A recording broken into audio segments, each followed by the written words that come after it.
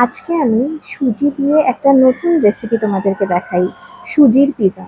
তার জন্য আমি এখানে পনিরের টুকরো নিয়েছিলাম, তাতে আমি নুন, লঙ্কা গুঁড়ো, একটু মিট মশলা, দই আর তেল দিয়ে ভালো করে ম্যারিনেট করে পনিরগুলো ভেজে সাইডে রেখে দিয়েছিলাম।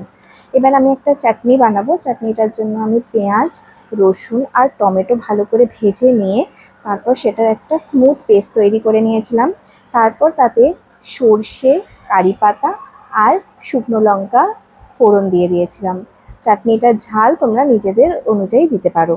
চলো এবার আমি পিৎজার যেটা বেসটা সেটা বানিয়ে নিই। তার জন্য আমি সুজি নিয়ে নিয়েছি, দই নিয়ে নিয়েছি, তাতে একটু জল মিশিয়ে ভালো করে মিশিয়ে একটা ব্যাটার তৈরি করেছি। তারপর তাতে নুন, সবজি, আমি এখানে পেঁয়াজ, ক্যাপসিকাম, গাজর অ্যাড করেছি, আমি একটু চিলি ফ্লেক্সও দিয়েছি, কাঁচা লঙ্কা দিয়েছি। এগুলো দিয়ে ভালো করে মিশিয়ে নিয়ে আমি ব্যাটারটা তৈরি করে নিয়েছি।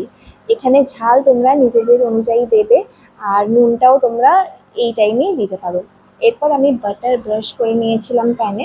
তারপর এরকমভাবে যেরকম আমরা গোলা রুটি বানাই সেইভাবে এরকম করে ব্যাটারটা ছড়িয়ে দিয়ে এপিট ওপিট ভেজে তারপর তাতে আমি পনিরগুলো অ্যাড করেছিলাম, আর আমি এখান থেকে একটু চিজও গ্রেট করে দিয়েছিলাম।